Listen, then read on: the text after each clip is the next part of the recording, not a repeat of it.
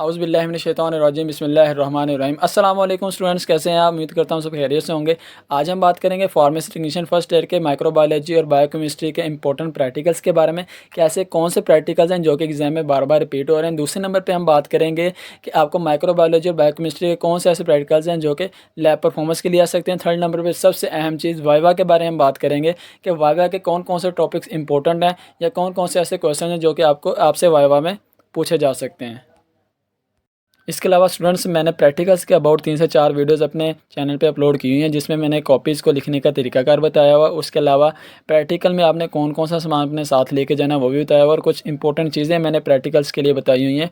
तो उन वीडियोज़ का लिंक जो है मैं आपको डिस्क्रिप्शन में प्रोवाइड कर दूँगा, आप वो वीडियोज़ भी देख सकते हैं जिससे आपको प्रैक्टिकल्स में काफ़ी हेल्प मिलेगी।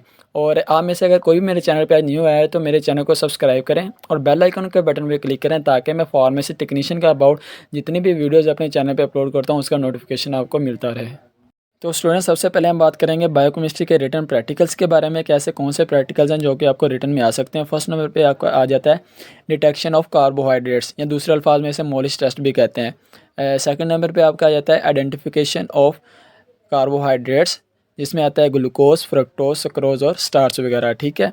थर्ड नंबर पे आपका आ जाता है identification of fats and oils, and last पे आपने क्या करना है, आयोडीन टेस्ट फॉर पॉलीसैकेराइड्स। तो ये 4 प्रैक्टिकल्स हैं, आपने अच्छे से प्रिपेयर कर लेने हैं। उम्मीद है आपको इन्हीं 4 में से कोई ना कोई रिटन के लिए प्रैक्टिकल आ जाएगा। अब हम बात करते हैं कि बायोकेमिस्ट्री के लैब परफॉर्मेंस के लिए आपको कौन से प्रैक्टिकल्स आ सकते हैं। फर्स्ट नंबर पे आपने क्या करना है कि फिजियोकेमिकल टेस्ट आपने सारे देख लेने हैं। सेकंड नंबर पे मोलिस टेस्ट आ जाता है। थर्ड नंबर पे बेंडिक टेस्ट आ जाता है। फोर्थ नंबर पे आपका Fehling test, and fifth number पे आपका स्पोनिफिकेशन वाला टेस्ट। ठीक है स्टूडेंट्स, अब हम बात करते हैं माइक्रोबायोलॉजी के रिटन प्रैक्टिकल्स के बारे में। फर्स्ट नंबर पे आपका आ जाता है ग्राम स्टेनिंग ऑफ बैक्टीरिया। सेकंड पे आता है sterilization of glassware by autoclave. Third number पे आपका आ जाता है simple staining of yeast, and fourth number पे आपने बैक्टीरियल कल्चर वाला प्रैक्टिकल देख लेना है। ये 4 प्रैक्टिकल्स ऐसे हैं जो कि आपको माइक्रोबायोलॉजी के रिटन के लिए आ सकते हैं। नेक्स्ट हम बात करते हैं माइक्रोबायोलॉजी के परफॉर्मेंस के बारे में कि लैब परफॉर्मेंस के लिए कौन से प्रैक्टिकल्स आ सकते हैं। इसमें आपका आ जाता है ग्राम staining of bacteria, sterilisation of glassware by autoclave, उसके बाद आपका रहता है बैक्टीरिया कल्चर। ठीक है, आपने ये 3 प्रैक्टिकल्स ना अच्छे से देख लेने हैं, और इन्हीं में से आपको कोई ना कोई लैब परफॉर्मेंस के लिए आ जाएगा। और ज़्यादातर चांसेस यही होते हैं कि आपको जो रिटन के लिए प्रैक्टिकल दिया जाता है ना, वही प्रैक्टिकल आपसे लैब में भी परफॉर्म करवाया जाता है। तो जो भी प्रैक्टिकल आपको रिटन के लिए है, आपने वो बाद में अच्छे से देख लेना है, हो सकता है वही आपका परफॉर्मेंस के लिए आ जाए। तो स्टूडेंट्स, अब हम बात करते हैं बायोकेमिस्ट्री के वाइवा के बारे में। तो सबसे पहले आपने क्या करना है कि आपकी जो बायोकेमिस्ट्री के प्रैक्टिकल नोटबुक होगी, जहाँ पे आपने प्रैक्टिकल्स लिखे हुए हैं, आपने उसे अच्छे तरीके से देख लेना है। ठीक है, जितने भी एक्सपेरिमेंट होंगे उनके आपको नेम आने चाहिए, उनके आपको रिज़ल्ट का पता होना चाहिए, उसका प्रोसीजर वगैरह भी आपको थोड़ा बहुत आना चाहिए। अक्सर औक़ात क्या होता है, जो कि वाइवा में क्वेश्चन पूछे जाते हैं नोटबुक में से, मैं वो आपको 2 से 3 आपको एग्जाम्पल दे के बता देता हूँ। आपसे इंस्ट्रक्टर ऐसे पूछता है कि पॉलीसैकेराइड के लिए कौन सा टेस्ट यूज़ होता है, कौन सा टेस्ट इस्तेमाल किया जाता है। तो इसमें आपका जो आंसर होगा वो होगा आयोडीन टेस्ट। और आपसे ये भी पूछ सकता है, जब हम पॉलीसैकेराइड का आयोडीन टेस्ट करते हैं तो उसमें उनका रिज़ल्ट क्या आता है। ठीक है, आपने रिज़ल्ट बताना होता है। सेकंड नंबर पे वो अक्सर ऐसे भी पूछ सकते हैं कि प्रोटीन के आइडेंटिफिकेशन के लिए हम कौन सा टेस्ट परफॉर्म करते हैं।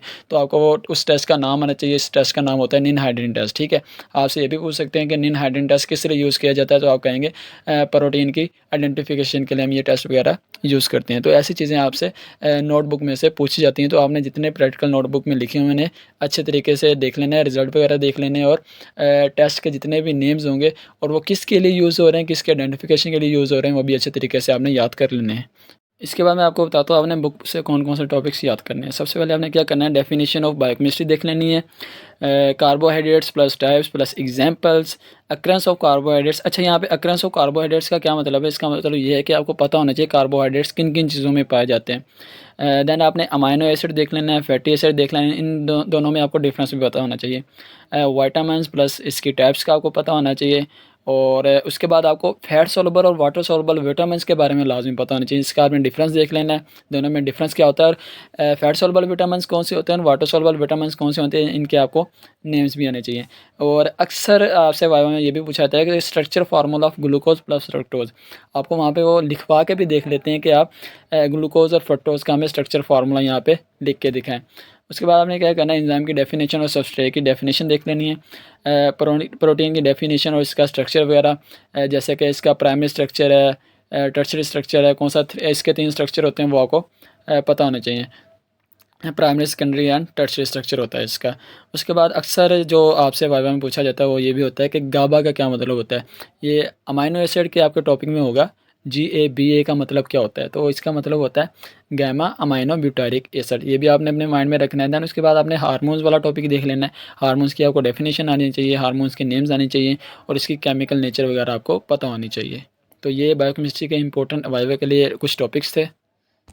तो स्टूडेंट्स अब हम बात करते हैं माइक्रोबायोलॉजी के वाइवा के बारे में। इसमें भी आपने क्या करना है कि आपकी जो प्रैक्टिकल नोटबुक होगी आपने अच्छे तरीके से देख लेनी है।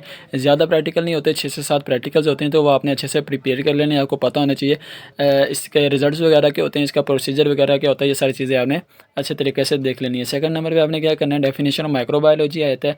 आपको पता होना चाहिए व्हाट इज़ ऑटोक्लेव। ऑटोक्लेव क्या होता है, temperature of autoclave plus time required. आपको पता होना चाहिए इसका टाइम पीरियड कितना होता है और इसके साथ साथ इसमें टेम्परेचर वगैरह कितना यूज़ किया जाता है। दैन उसके बाद आता है for which purpose of autoclave is used. आपको पता होना चाहिए किस पर्पस के लिए हम ऑटोक्लेव को यूज़ करते हैं, किस मकसद के लिए हम ऑटोक्लेव को यूज़ करते हैं, ठीक है। दैन उसके बाद सबसे अहम चीज़ जो कि तकरीबन हर बच्चे से ये पूछा जाता है कि difference between gram positive bacteria and gram negative bacteria. इसको आपने अच्छे तरीके से याद करके जाना है। Gram positive gram negative bacteria के तकरीबन 90% चांसेस होते हैं आपसे ये सवाल पूछा जाता है।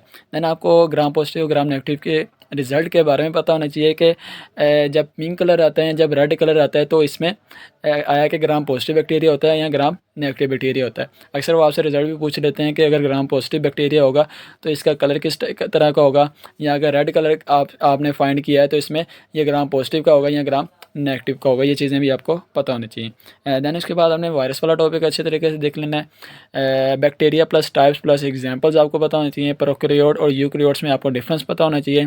और इसके बाद आपने क्या करना है, इम्यूनिटी ऑटो इम्यूनिटी की आपको डेफिनेशन आनी चाहिए, इसका डिफरेंस पता होना चाहिए। एंटीजन और एंटीबॉडीज़ में आपको डिफरेंस पता होना चाहिए। और लास्ट में आपने क्या करना है कि आपने स्टरलाइजेशन वाला टॉपिक अच्छे तरीके से देख लेना है। स्टूडेंट्स यहाँ पे मैं आपको एक बात क्लियर कर दूँ, ये जस्ट एक गैस होता है, ठीक है।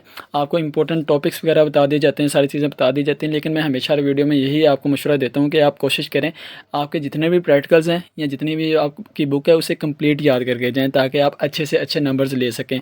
और उसके अलावा यहाँ पर सबसे इंपॉर्टेंट चीज़ मैं आपको बता दूँ कि जो आपको लिखने के लिए प्रैक्टिकल आता है ना, ज़्यादा चांसेस होते हैं वही आपको परफॉर्मेंस के लिए आ जाए, और उसी में से आपसे कम से कम 4 से 5 सवाल जो वाइवा के लिए होते हैं उन्हीं प्रैक्टिकल्स में से आपसे लाजमी पूछे जाते हैं। तो ये कुछ इंपॉर्टेंट पॉइंट्स ये आपने अपने माइंड में रखने हैं।